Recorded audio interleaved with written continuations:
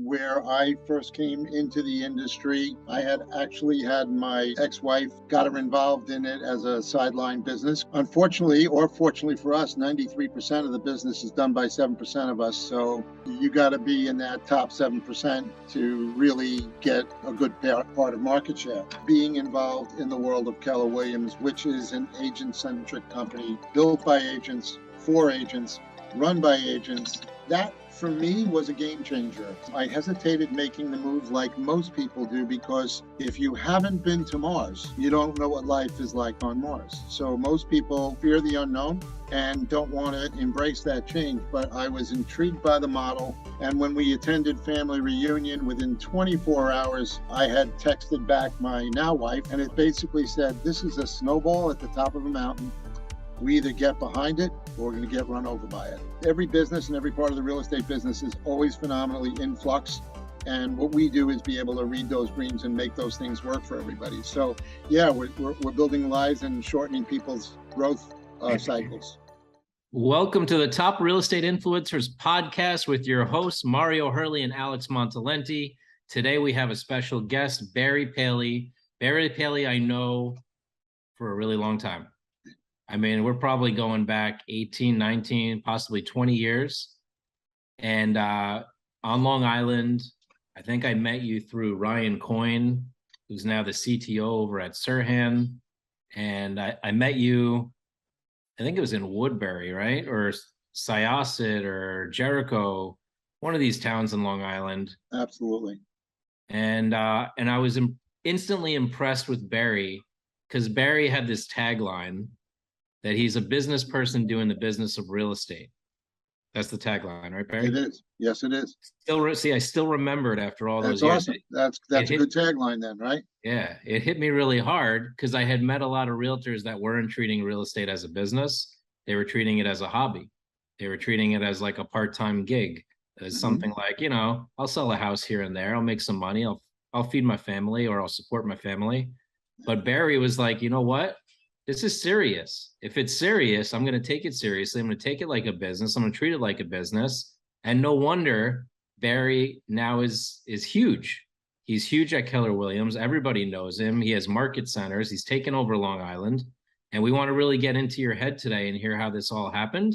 I got to witness it, but I really never got to hear like what's behind the scenes, what you dealt with, what the struggles were like, what were the challenges, what inspired you to do it.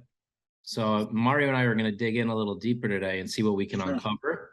Okay. And I also want to get in a little bit into the KW model because out of all the people I've met at KW, the only one that explained the model to me the best.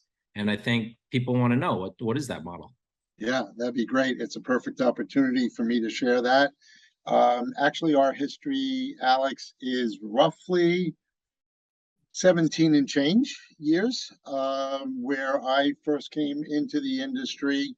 I had actually had my ex-wife got her involved in it as a sideline business because unfortunately, or fortunately for us, 93% of the business is done by 7% of us. So, if you're looking to take it seriously, and intention, I think, is part of the secret sauce, right? You got to be in that top 7% to really get a good part of market share. But I kind of put her in there to, have something to do, keep busy. And I had always bought and sold properties prior to that. So from a point of view investing, I looked at it and I said, you know what, I'll get my license. I'll help you out. At the time, I was in the fashion industry. And I can tell you also that generally the formula when we're looking to hire somebody has a background in fashion or came out of the apparel centers, it's a good hire. You don't have to go much further. There's some sort of parallel there. But anyway, so at that time I got my license, and then I became one of my old firm's top producer. And for 13 years, I was, in my opinion, gaining knowledge and gaining experience, but basically in a broker-centric model versus an agent-centric model. And it's funny that you should start off with, hitting on my tagline, business people doing the business of real estate. But the difference between a broker-centric model and an agent-centric model is when you make the realization that you need to think like a CEO, you need to be a business person in the business of real estate. And when you make that mindset shift, it completely changes. Now, the one that is the most compatible with it, which has been my experience, and I'm certainly happy to speak on that further, was being involved in the world of Keller Williams, which is an agent-centric company built by agents, for agents, run by agents. Oh, I thought we nailed that. That for me was a game changer. So roughly back in 2016, I had heard of Keller Williams way back, maybe 11 years ago, then 8 years ago. And I hesitated making the move like most people do, because if you haven't been to Mars, you don't know what life is like on Mars. So most people fear the unknown, change, and don't want to embrace that change. But I was intrigued by the model. And then somewhere around 2016, I was asked to attend a family reunion, which we have two major events. And when we attended family reunion, within 24 hours, I had texted back my now wife. We're married for about 5 years, and she's been with me on this whole journey. And so I texted her the following text after 24 hours of family reunion. And it basically said, this is a snowball at the top of a mountain. We either get behind it or we're going to get run over by it. And I saw the future for myself and for my team at Keller Williams, which is a company that endorses teams, supports teams. Number one in technology, number one in coaching, number one in education, number one happiest place to work for women. I mean, the accolades go on and on. We're the number one company in agent count, number one in dollar volume, and we have over 180,000 agents that we forage with that are in an ecosystem that we all thrive and flourish in. So I just want to point out something, Barry. yes. It's amazing. We have to interrupt you because you're giving us so much information. We got to give our audience time to digest this. This is a lot. Sure, please do. Moderate away, brother. One thing that I heard that's amazing is the fact that you actually, unlike a lot of men that I hear, you didn't just say, here, I'm doing this, you do whatever you want, I'll do what I'm doing. This is me. I'm a man. I'm going to go pursue my dreams. Instead, you shared it with your partner, and she was in alignment with you. And my God, what a powerhouse. That became such a powerful, come on, talk to us about that. Well, that's on the personal side. So my wife is now our full-time marketing director. And, in our business, and I think all of us can attest to it, my basic line to her was, in the nut house, how do you know who's really crazy? When the inmates are running the asylum, I said to her, in order for our relationship to last, I need to bring you into the insanity of what we do. And she welcomed the opportunity, came in, aligned herself with it. She's a very creative person. And on the creative side, she's really taken our marketing to a whole new level. As a matter of fact, we have, and she and I started our own video company. So we have our own studio in the home. She's pretty much an icon in the Sony Vega and the Canva world. And she really stays pretty much state of the art. And our marketing, I think, is one of the things that sets us aside from other people. So that was a great mix. And additionally, what did you say when you sent her that text? What was the response? Her response was, whatever you say, babe. You're my Moses. You're my visionary. Let's go for it. See, that's beautiful. So many men wish their wives would talk to them that way. Yeah. To this day, we taught over at another Keller Williams Market Center. When you talk about this ecosystem, you have to understand, even if you're very protective here and you go into a local broker here, a local brokerage, people put their hands over their desks. They shred paper so somebody else doesn't see it. Yeah. Our culture is an open culture. We're an open book company, and we're open book in everything that we do. Now, here's what's great. If I had a phenomenal listing presentation and somebody called me up from Denver and said, hey, Barry, I'd love to see your listing presentation. I'm all in. I'm all in here too, because that's the culture of the way I operate. And being an investor owner in my market center, I want to see everybody in my market center thrive. So we're pretty much open book. But ultimately, that ability to share that knowledge goes out. And if I want that in reciprocity, and I say to somebody, hey, we're developing our ISA or in-house sales associates, what's working for you? Can you imagine being able to do that with 180,000 people around the country in a non-threatening, non-competitive environment? Crazy. That's a major boon. It's a Yeah. major boon. And I will tell you this also, Alex, you asked about the journey. Probably somewhere between 40 to 45% of our business today is other agents, not just Keller, but other agents that look at the stats, don't just go by a popularity contest, but actually look at the stats and say, hey, I got a call. This is a great story. I got to tell you a great story. Okay, guys? Yeah, please. I got a call from an agent down in Florida. Barry, I looked up your stats. My grandparents have to sell their home here in Long Island. I would love if you would handle it for us. And of course, we took the listing or took the lead. She said, my dad is handling point on it. So I said, okay, great. So I spoke to dad, and dad is telling me, I got his last name, and I'm speaking with him, and he says, by the way, my mother, who's the daughter's grandmother, was pretty much an icon in the real estate world, no longer in the business.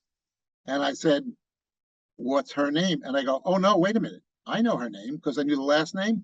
And I said, well, I don't want to, give it up in the podcast, but Sure. so I go, oh my God, she sold me my first house in Brookville. So now I'm going on a listing presentation to someone who's out of the industry that sold me a house. Wow. And that was my first house 33 years ago when I first moved out to Long Island. So, after a while, again, that's the great thing about your sphere of influence. You own that for life. And in Keller Williams, our database is our data bank, and that's where we farm from. So it was kind of interesting that it went full cycle like that, but I just thought it was an interesting aside. Absolutely. So, not only that, but Barry, you know what also I hear in what you're saying? The culture of people partnering together, supporting each other, despite the distance or who's supposed to be the assigned agent. That's where you come in with the top producers, because they understand the value of building those long-term relationships. exactly. We just came back from Denver, by the way. We had a multi-purpose trip. It's on Facebook. Take a look at the video that we just did. But my stepson, his birthday was the end of July. So Hope and I hopped on a plane on a Thursday, got into town, took him out to dinner. Friday, we met and spoke with one of the most powerful operating partners in the entire Keller Williams world. There's 180,000 agents. We met with someone who owns a market center that was with Keller Williams when there were only 700 agents. Wow. So that's her tenure in there. She's an icon in the Colorado world. And then we went on Friday morning and met with her top 20% of her agents, and basically had a powerhouse meeting with them, because I'm taking a course on the road, which is basically called How to Be a Disruptor in Your Market and Your Market Center by leveraging your leads, whether you're a single solo agent or a team. So we kind of masterminded with them. We met with their top 20. We had a phenomenal session. And if you want to talk about dribbling out the secret sauce, we did that at a high level, going over a lot of things that we would not normally, but giving to them and giving in culture to them. And we were invited out by one of our referral partners there. But when I met Pam, the OP out in Denver, it was like we had been together for 100 years. And coincidentally, I think that's my alarm telling me that I'm supposed to be online with you. Let me shut it. Okay. But coincidentally, our stepson came with us, and don't you know, he actually wound up joining Pam's Market Center out there. He's now in class, and he'll be our 4th or 5th family member that's coming into the business. So talk about building a business, building lives worth living, leaving a legacy, and helping people grow. You can't ask for a better company or a better place to do. And of course, I'm slanted because you can't think of a better team to do it with. Amazing. Is that something you always were interested in even before you got into real estate and building teams? So it wasn't, I mean, again, I came out of the fashion world, and at one point in time, I had been in that since, I'm afraid to tell everybody how old I am. Since my first business, I started in 76. Most of you were not born. But in 2005, I went into real estate. And originally, when you work so hard from 76 to 2005, you're thinking, I'm going to leave my kids a legacy. Nobody wanted that business. The business wasn't replicable. Times changed. What's great about real estate is it's in a constant state of change. If you know how to fly and look at the field from 36,000 square feet, you can read the track marks before the moves, if you're astute. So where I thought I might have left them a business, now I'm leaving them a business and a legacy that they can work in. And I always compare real estate to golf. You can play it at any age for as long as you want. As long as you can stand up and walk, you can do real estate and you can do golf. So that's an analogy I often use. So yeah, I've been able to do that, bring them in. My son Luke is with us for about 7 or 8 years, phenomenal agent on his own right. Our administrative staff is family related as well. So it's a little bit of a family business, but open to it. And we're building big lives for everybody. As long as we can build an umbrella that everybody can maximize their lives under, then we're achieving our goal, and we're doing that. So now my younger son, who is in the culinary world, took a look at what's going on, and he just said, I give up, I'm in. So he's now head of our ISA. That's crazy to think, like 2005 is when you got in. So I mean, I really met you at the beginning. Totally, yeah. And I mean, you fast tracked it. Well, hopefully we do, and that's one of the things that we think is an important component, Alex, also, because you know what we're doing? We're fast tracking it for people that didn't have that luxury. They're not going to have to spend 17 years. I have people on my team who, within 1 year, we took them as new agents from our showing agent program. We brought them in. We created a temporary relationship to help leverage our hire agents. And we then have the ability to look at them in this dating period we call a showing agent program, where we were able to look at them for 30 days, 60 days. And depending upon their attitude to a team, their culture, their skill set, their drive, and all of the components that we look for to find what a really good real estate agent is made of, I can fast track them in 30 days and bring them onto the team, or we continue to use them and leverage them, and they get real-time experience, make a couple of bucks. And so we're able to exponentially take that time that it took me out by sharing what we have, from situational coaching to actual coaching, systems, metrics. I mean, every business and every part of the real estate business is always phenomenally in flux. And what we do is be able to read those greens and make those things work for everybody. So yeah, we're building lives and shortening people's growth cycles. Yeah, I mean, what I hear in all that is you walked into a brand with systems and processes and structures, basically, for people to grow on. Models, that's a lot algorithms, faster than going and trying to figure it out on your own, right? I mean, you take a model that's working, because I could see you were already taken off, but the second you hit KW, it was like, that's when it went hockey stick for you. Yes, yeah, absolutely. And, Gary Keller, who's our visionary, says that anybody can change their life in 5 years, completely change their life in 5 years. Mine was completely changed in 3. It was rocketing in 4. And we just celebrated our really 4th anniversary with Keller Williams. And just in 2020, we had done $1 million in gross commission income. And we forecasted, because Gary Keller always tells us to think big. So for 2021, we projected that we would do $2 million in gross commission income. We did $2 million in gross commission income in 2021, helped 206 families, generated 87 million. And just my team alone was the #1 Keller Williams team in every Keller Williams Market Center in Long Island, Queens, Brooklyn, and even the blackjack $100 tables, New York City. So we're pretty proud of that.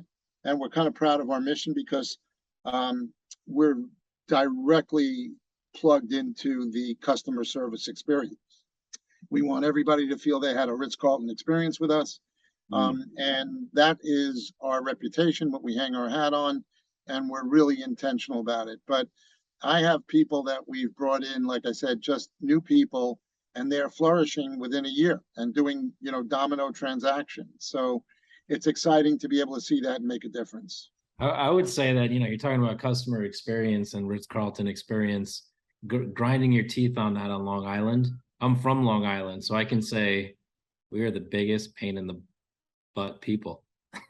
Right? So in Florida, they're kind of like, they're a little like laid back about stuff.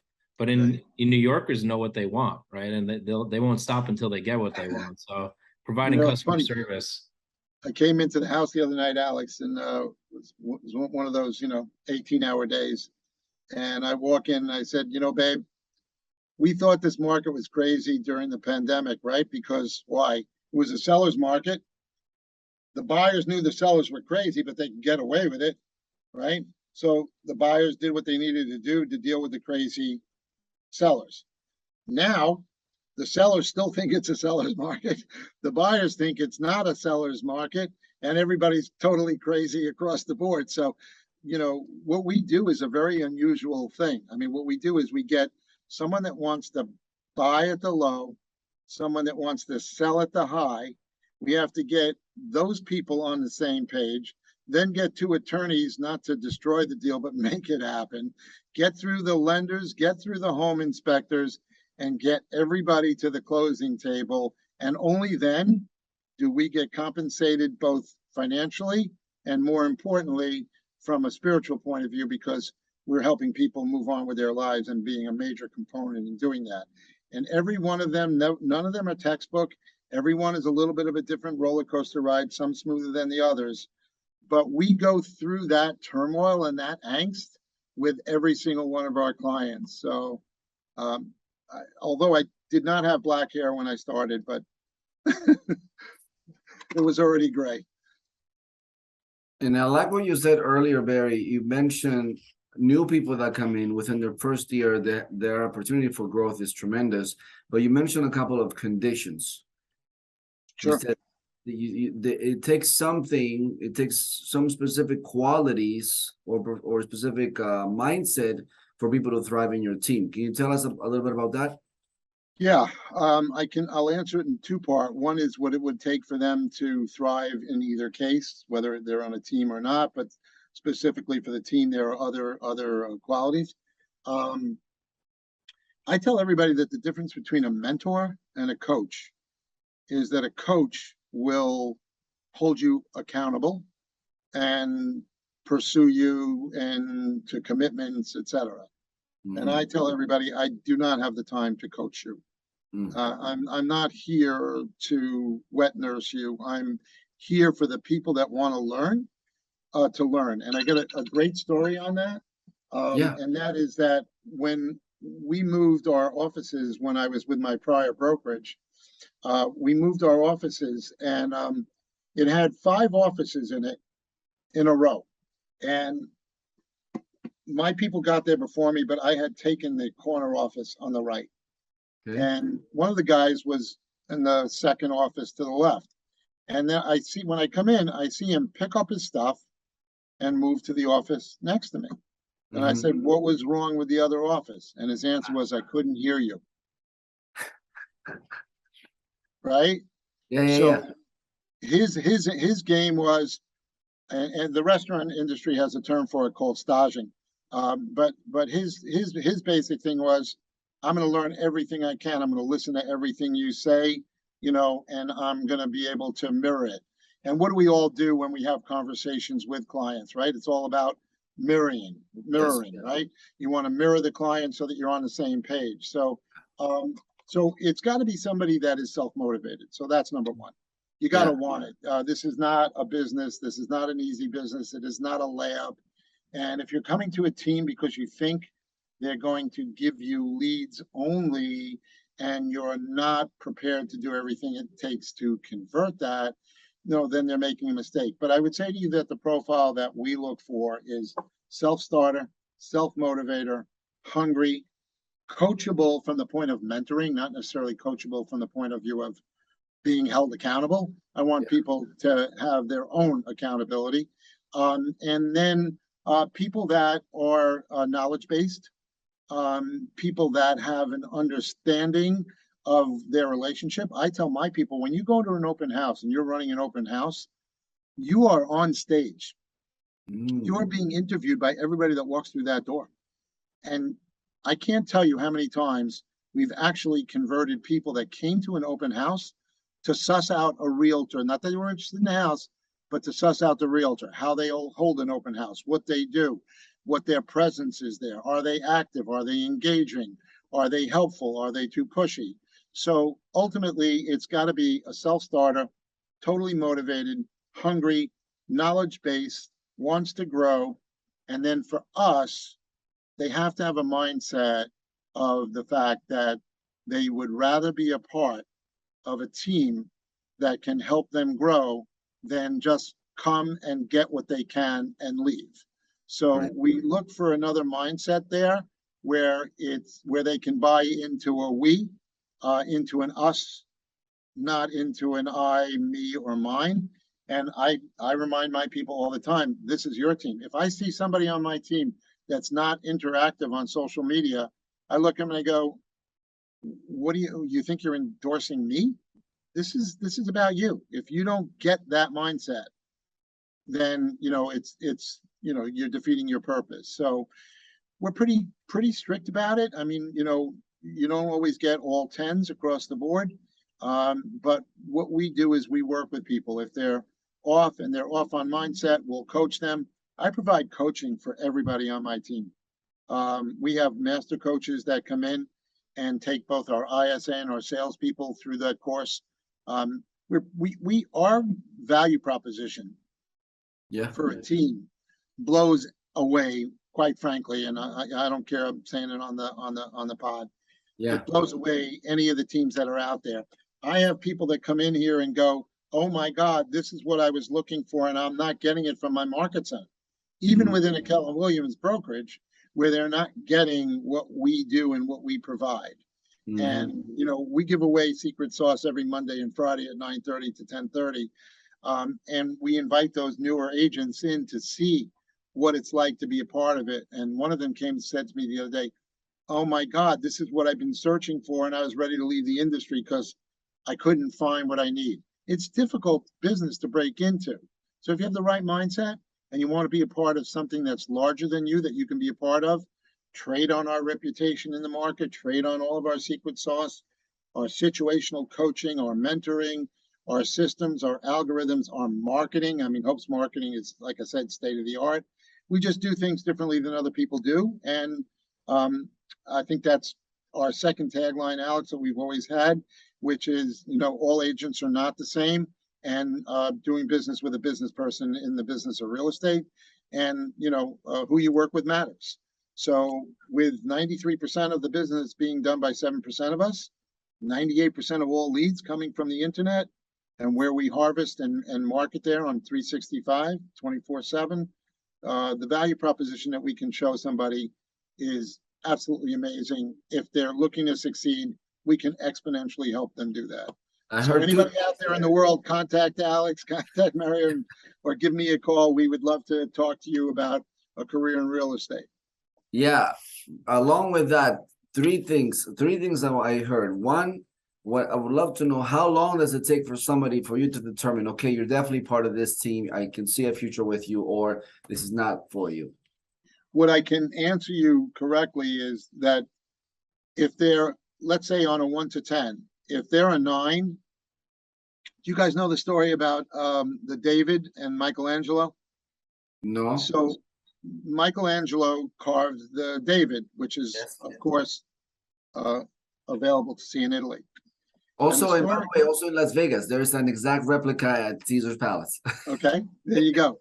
So the story goes that Michelangelo said, I did not wake up one morning and say, I'm going to carve a statue called the David. Hmm. He was in the rock quarry and he saw the stone. And inside the stone, he saw the David. Yes. So his job was to release the David from the stone. Mm. So I like to tell that story because when I look at a potential, generally, if I'm not lying to myself or wanting to believe something other than what I see, in the first 2-3 weeks or 30 days, I will be able to mark them worthy of possibly bringing on the team. In the worst case scenario, we have a policy in KW, which we call 30, 60, 90. Ah. So even if we hire somebody, the first 30 days, that job is ours to teach them. By Okay. day 58, that they should be taking that job away from us and saying, this is mine, I got it. And by day 90, they should be coming out to us and telling us what we think we need to do, what we think we need to change, how can we make it better. So I would say to you that we kind of go with the 30, 60, 90, but we're going to know if somebody's got a light on right away in 30 days. And then we'll see what they're willing to do and give and commit to in order to take their career to the next level. Because having the brains and having the ability is different from having the mindset, and having the mindset and having the ability is different from executing on it. So generally speaking, 30, 60, 90, but we've had people that we loaded up for bear in less than 30 days. Amazing. And just said, these guys are right, let's get them on the team. The second thing I heard you said that 80% of the leads come from the internet. 98%. 98%, excuse me. So tell us more about that, because we just came back from this conference in what was it, Vegas, and I was still talking to agents in the industry. Inman, right? Yeah. 10, 20 years and said, no, I don't need to be online. I have no presence. I don't care about that stuff. And here you're telling me 98% of all leads come from the internet. What do you know that they don't know still? So I know Alex is familiar with the term, and the bottom line is Gary Keller and I buying into it. People either have a lead problem, and if they don't have a lead problem, they have a conversion problem. So if you have all the leads you need and you're not converting them and turning them into revenue, you have a conversion problem. Aggregators are out there. There isn't anybody that's not in the ancillary real estate business. I mean, look at the empire that Alex has built just off of ancillary real estate services without being in the real estate business per se as an agent. Yeah. Still want you to place your license somewhere. But all that aside, I think the key is really, I tell the story with my agents, and I say that if we were in the Colosseum in Rome, and it was during the days of gladiators, right? You're going to walk through a stone tunnel, and on the way out, there are various weapons. You know, there's a pitchfork, there's a sword, there's a mesh rope, there's shields, and you're going out there to defend your life. Because I look at this business from a military perspective as well. Not that I'm military, but my brain tends to work that way. I said, when you walk out that chamber, you've got to pick a weapon. Mm-hmm. I don't care which weapon you pick, but know for sure that you're going out there and you're going to need to defend yourself in the business world. So I think it's really important that people understand what those weapons look like. And there is no doubt in my mind that if you're an agent that has been a longtime agent and has a sphere of influence that feeds you and you're not looking to grow, great. But if you're looking to grow, you need to use every one of those weapons or find people that have those weapons that are going to fight along with you. And social media is the major weapon in my mind. That's how the aggregators build their business, get leads and resell them out to realtors who need to afford to be able to purchase them in order to generate their business. So there may be somebody who feels that that's an exception. Again, I'll quote my visionary because kind of most of the stuff that he talks about, you know, I buy into, not because I buy into it because I drank the Kool-Aid, because it just makes sense. And Gary Keller said several years ago, you will not be replaced by technology.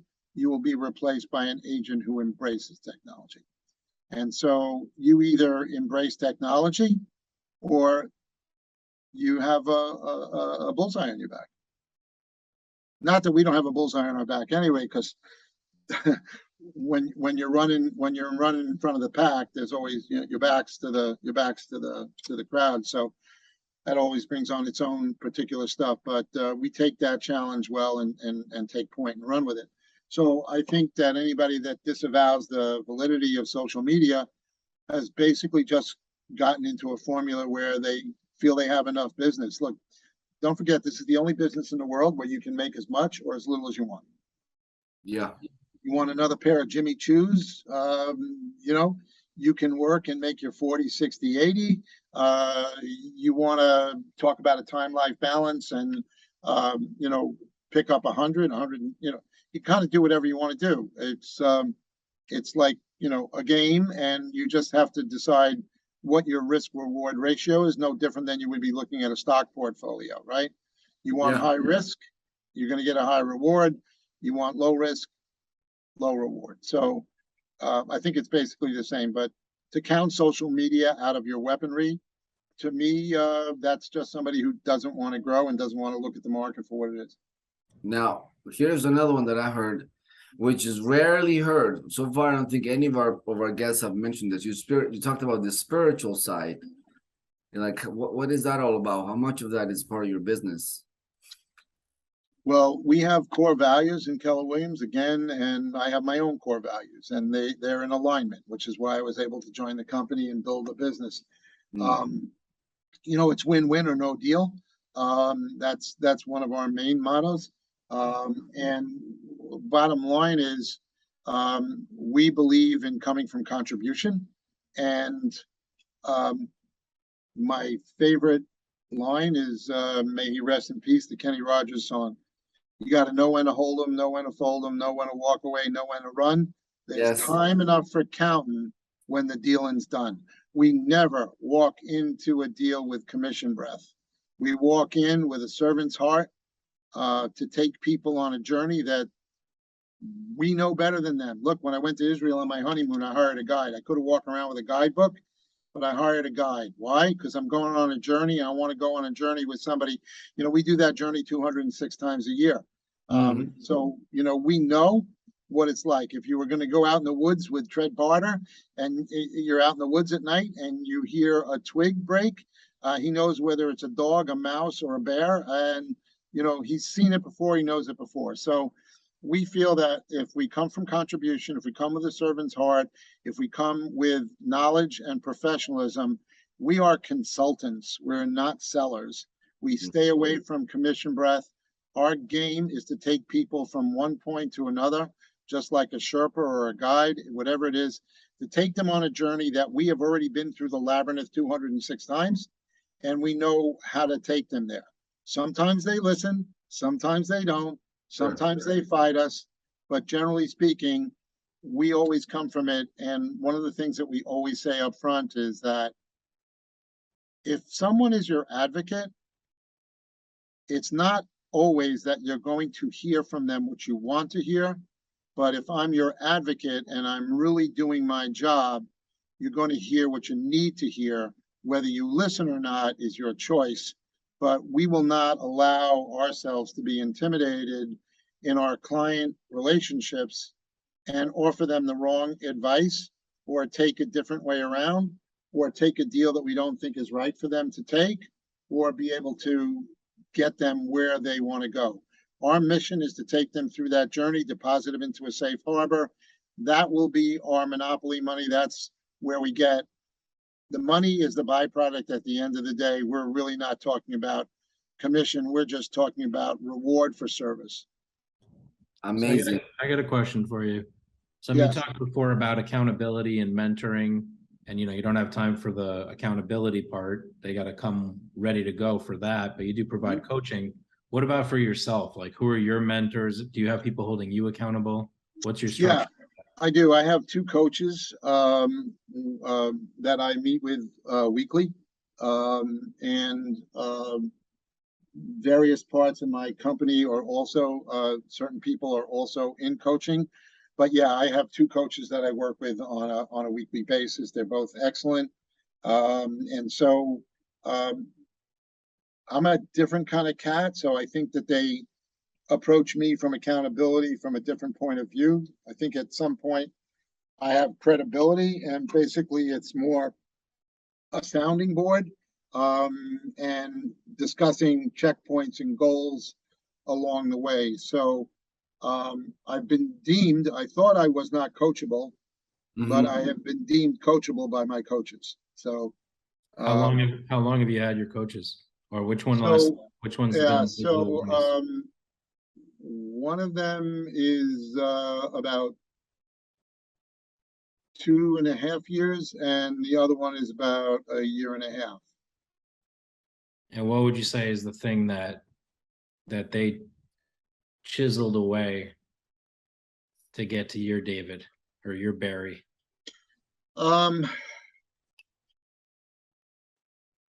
I kind of know my own mistakes before I make them, and so we have a lot of conversation about them and the direction and what I need to do. I will tell you that, Alex, 4 years ago, even 2 years ago, I was not as in touch with my numbers. My feeling was, like many people, if you throw enough against the wall, it's going to stick. I can tell you every one of my monthly numbers. I can tell you without running a P&L, where I am and what those numbers like and what I'm going to make or not make. So I've completely changed in respect to being numbers conscious. We have an economic model that we work with. We have an organizational model that we work with. And so much like consultants to me, I basically tell them what my vision is. They make me look at the vision, and then we try to break it down into components. And then we review and analyze, where are we now? Does this model still work? Do we need to tweak it, change it, improve it? How do we improve it, et cetera? So the accountability there is, again, more organic and based on mutual respect. And they know that, on a high level, nobody, I'm still the one that's, working 20 hours a day. So at the end of the day, they know it's not from lack of input. So if we feel that we need to tweak the model, change it around, reanalyze who's doing what, is this plan working? Is it not working? How does it fit into our overall game plan? It's more like high-level discussions with people whose opinion I respect, rather than a strict accountability. I call it guidance from above. Yep. Makes perfect sense. And you talked about 20-hour days, Barry. Yeah. Yeah, it's crazy. So ultimately, I think that one of the equations that we didn't talk about before is you have to love what you do. I love what I do. There are days that we hate it, just like all of us. There are days where things go wrong. But in essence, I'm passionate about what I do. You cannot excel if you don't have passion. So we're service based. So it'll be very common for me to come into meetings at 7 o'clock in the morning, leave the office at 6, 7 o'clock at night, and go home and work till 12, 1, 2 o'clock. I mean, it can happen, So now I can tell you that my marketing I've gotten texts from you at least 12:01 a.m. and you responded, so yeah, he was up too. I was up too, for sure. Yeah. So ultimately, we all look for that life time, life balance. But again, I think you got to love what you do, and if you love what you do, they say you never work a day in your life. But it's still a lot of hard work, and but we're looking at that too now, because there's 7 levels in the organizational model of Keller Williams, and at the 7th level, the rainmaker is pressure testing the system for him to be out of it for months at a time and working on ancillary businesses. So We're Mhm. somewhere around the 6th level, and we're looking to get it to that point. And what that requires is building the hub, building the team so that that business can be pressure tested and run without it. Will I ever not be pulling the marionette strings? Like, look, as long as I'm alive and well, I intend to cast the vision for the team, but have others, try to focus and execute it at a high level and get them involved at a high level so that they can be involved and run their own. We have agents that will basically build their own pods and have a team within a team. So there is no limitation in our team. If you want to grow your own team, you can grow your own team within the team. So, we encourage growth at all levels. There you go. Well, Alex, can you speak to that? I think that's key. Like in our company, Real Greater, we're all about that expansion and putting in the time now because we're building a huge future. But at the same time, we emphasize on the 80-20 rule. We're actually training our team members on identifying those areas that produce the most rather than wasting time on everything else that doesn't produce the most. 100%. What Yeah, are so 80-20 rule is a great rule. It guides most businesses. It's a little different, in my opinion, in real estate, like i.e. the 93-7, like i.e. 40% or 45% of our business is from agent to agent referral, which you could obviously call B2B if you wanted to. But I think the main game is to find your niche, set the direction of your journey. And, again, a journey is a plan. Just because you decided that you're going to drive from New York to Las Vegas doesn't mean that somewhere along the line you stop. Doesn't mean somewhere along the line you decide to divert through St. Louis. It's okay to adjust the journey as long as you're not aimlessly waiting for divine inspiration and you're taking control of your destiny. I'm a firm believer in progress over perfection. Get it started. Don't wait till it's perfect. Get at it and chip away at it as you go. You can always change direction if it doesn't work or if you see a better way. But, beginning something has genius and magic in it, and you need to have that genius and magic in order to get moving. So now, pointing to that, I would love to ask you a question. First, sharing about our journey, and then hearing a little bit how it was for you. At the beginning with Real Greater, we were kind of like playing it safe. We were doing the things we know to do, and we're trying to keep our customers happy and just maintain the business. And then all of a sudden, we realized if we want to grow, we have to expand. We have to adopt new technologies, adopt new mindset. Basically, we overhaul the entire system, and that was risky. But then what we did is we just took action right away. I know, Alex, you started doing all these things. You went to these conferences, you took on click funnels, CRM systems, all these things. And then we took action, but then we found like a lot of the action we took, it was just a learning lesson. Like we got no results from it. Just money, time, and lots of effort. But in the end, we learned, okay, great, that doesn't work. But now we know what not to do. And then we got to speed up. I was wondering, how was it for you, your journey? Like, what were some of the lessons? Did you waste a lot of time? Did you learn a lot? How was it? So just like, again, the expression that Gary uses, I don't want you to think I'm a Mooney, but again, a lot of the shit makes sense to me. So, it's all about failing forward. So if you're failing forward, that's a good thing. We all learn more from adversity than we do necessarily from pin the tail on the donkey. But it's kind of interesting, Mario, because when we sit down and we do an intake with a buyer, we basically tell them that this is a process of elimination. This isn't we hit the nail on the head. Often we do, because I could work with someone that basically talk to them for 10 minutes. I could write down on a piece of paper where they're going to buy a home, fold that paper up. They could look at 12 cities, 500 homes, and I guarantee you in probably 80% of the cases, if I open up that paper that we did on the first day, that's where they're going to buy a home. But ultimately, we explain to them it's like going into a pub and there's a dartboard, right? The first darts are going to go in the wall. They're not even going to go in the board. And then the next darts will go into the board.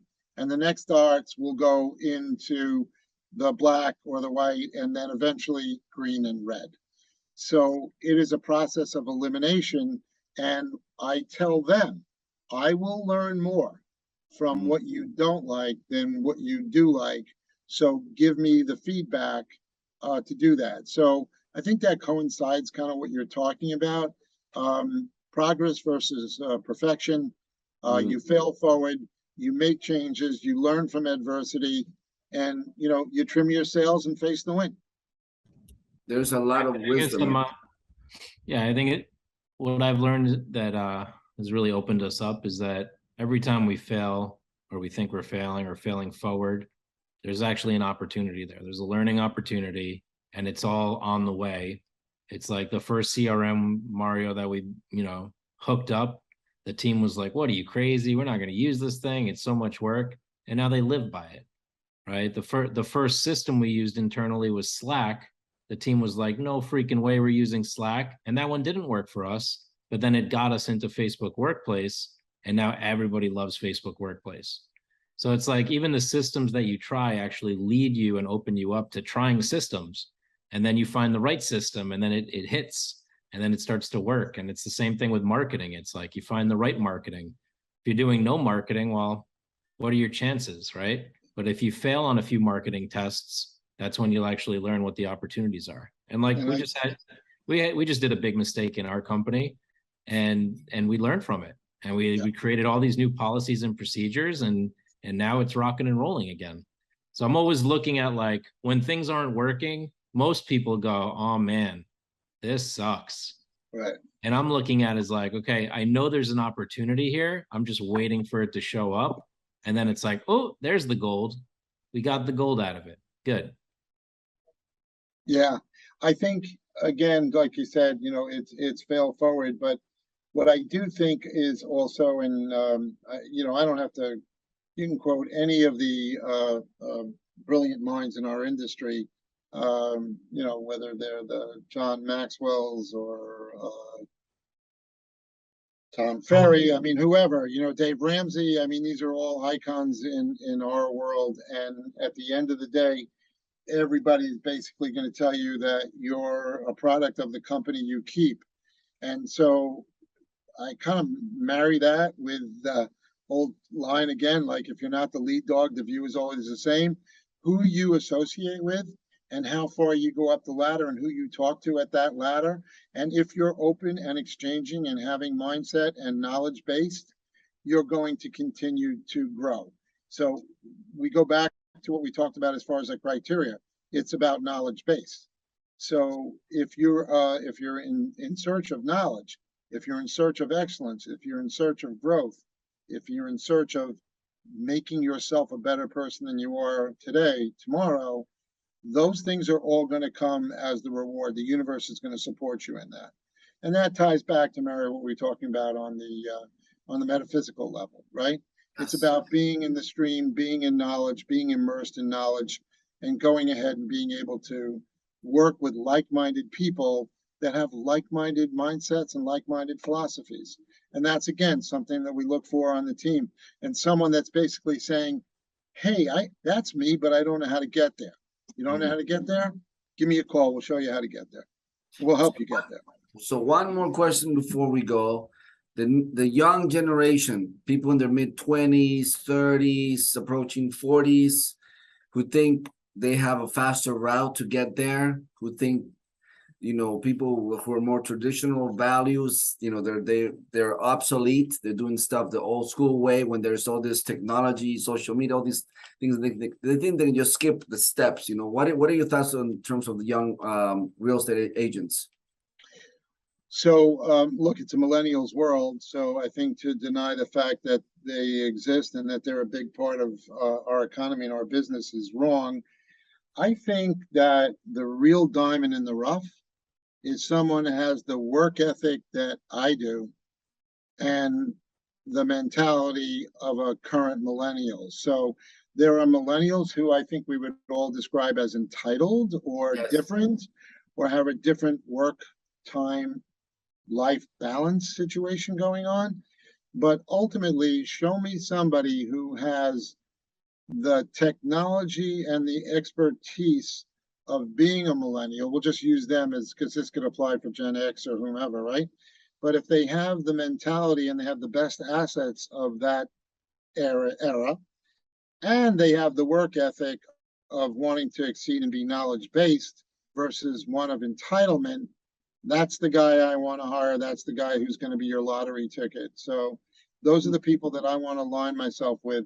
And even with my organization, I say, you know what, guys, if you don't want to do what I do because I have to do what I have to do to take the company where I want to take it, you show me a better way, and I'll let you lead, and I'll back you up. But you got to show me the better way. And inadvertently, I think the majority of the people that are going to do that are people that have that same similar work ethic in the back of their head, where they want to be knowledge based and exceed, and they're not afraid to roll up their sleeves and get it done. And I think there's a famous quote, I'm sure Gary and everybody else has used it, is, you know, we don't hire somebody to do what we tell them to do. We hire somebody to tell us what they think we should be doing that we're not doing. And if they're not going to speak up, if they're not going to contribute, and I don't call it ruffling up, I just call it adding. If they're not going to add their particular value or net worth, they're probably not going to stay with me long. People don't leave companies. People leave leaders. People leave people. They don't leave companies. They leave people. And I think, you know, my job is to try to be the best leader I can, set a good example, do what I do, and I'm constantly working on myself. So if I'm a work in progress, I would expect them to be as well. But I expect them to have some input and not mirror what I want done. But if there's a better way, show me a better way. I'm wide open to it. That is amazing. That's huge. We're actually going through some of those transitions in our company, people leaving, people coming. But I love what you said about they're not leaving the company, they're leaving us. Something about us, they're like, I'm not up for this anymore. And we're curious about that, actually. You know, I got some of that through my coach too. So like, you know, somebody was leaving the organization, and I wanted to have what I call an exit interview. And they said, don't ask them questions to intimidate them from leaving. Ask them questions so that you can gain something out of the experience. Like Alex said, what can I learn from it? What about my management style did you like? What didn't you like about my management style? What are the main reasons that you're leaving? Was there something that we could have done that would have prolonged you staying at the company? And the idea is to gain that knowledge and fine tune the David. One last question. Sorry, I'm excited. Hey, do you sleep well at night? Yeah, I have a little bit of a sleep apnea situation, which I'm working on. Okay. But technically, I sleep well if you're talking in the metaphysical sense. You know, can I look in the mirror and sleep well at night? Yeah. Do I wish I could get 7 or 8 hours straight? Yeah, but I don't know if that's on target for me at 72 years old. But yes, I sleep well. I look in the mirror. I wake up every morning and say, it's a brand new day. How do I make it a better day? What can I do to make it a better place to live in? A better place for my team, a better place for me, a better place for our clients. So, you know, I'm kind of devoted to what I do, how I do it, and how I can improve it. And devoted to our team and the people that are on it. You know, we have to build an umbrella that they can build their lives as big as they want and still stay under that umbrella. That's basically what we're looking to do and create. Beautiful. And my last question is, are we going to see a book from Barry Paley about a businessman who did the business of real estate? So what they want me to produce is a book of Barryisms, because I have so many of them. That may come out first. Of course, I want to write a book that basically says you can't make this shit up, and you know, war stories that we've told. But I would love to write one of these days, and that's another thing about Keller Williams. We didn't get a whole lot into the model today, and I know we have limited time, but the wheel of opportunity in this company. I mean, you know, if I want to go out of transactional tomorrow, I can do anything in real estate. I can coach, I can teach, I can recruit, I can refer, I can build my downline, I can build my profit share, I can coach. The wheel of opportunity in Keller Williams is such an incredible scenario, and no other company on the planet do I know that could do that. So writing, teaching will definitely be part of what I'm looking to do. Excellent. As part of my back game. And we'll be on your side whenever you say, hey guys, what you got for me? Build my online presence, build this new Barry, and share the Appreciate win. it. Yeah. And I got to tell you, I mean, call it a shameless plug, but Instacart has been a phenomenal weapon. If you want to talk about walking out to the arena, the Instacart has been a phenomenal weapon for us. I mean, where on the planet can I send my business card electronically via text or email, ask for reviews, present my testimonials? I mean, it's really just been a phenomenal tool. So kudos to you guys on that. And I wish Thanks. you guys all You're the one luck of in the the world. you're one of the early adopters of it. I don't know if you know, but just this past Friday, we won the Miami Association of Realtors pitch battle for the Instacart. Nice. Yeah, so Nice. now Congrats. 65,000 Miami members have digital cards right now. I love it. You know, the truth of the matter is when you look at appraisers, they all have a number on their license, and obviously the lower their number, the longer they're in there. I wish you had numbered those. So you'll be able to see, you know, where Probably they came did. We in. probably did number them actually. I probably Oh, have a good. unique identifying number. Yeah, Yeah. It'd be interesting. that's cool. All right, guys. Thank you so Appreciate much. the opportunity. I hope Thank you, Barry. I hope you and your followers get a little something out of it. And shameless plug for us. If anybody's interested in a career in real estate that makes a difference and is different than any other one, please feel free to get in touch with me. We'd be more than happy to. We actually at Keller Williams here, we provide free education. So anybody that's not licensed, outside of paying for their own state test, we take care of everything, set them up, give them free education, free training, and sponsor them, and provide a world-class experience as far as culture, training, etc. So feel free to reach out to me, whether you're looking for a team or a single environment, whatever. And that means anywhere in the world. I mean, you know, right now, if I need to, I can tell you who the top 1% of agents are in every city and state and country around the world, and make sure that these people get with the right people to make a difference in their career. Because who you work with matters. Thank And you. what's the best way for them to contact you? I guess either my email, barry@barrypaley.com, or my cell phone. You can shoot me a text at 516-503-4242. We would love to help change more lives, and that's what Keller Williams, and that's what we're about. So Amazing. either my cell or my email would work. Awesome. Thank you. Thank you, Barry. Pleasure.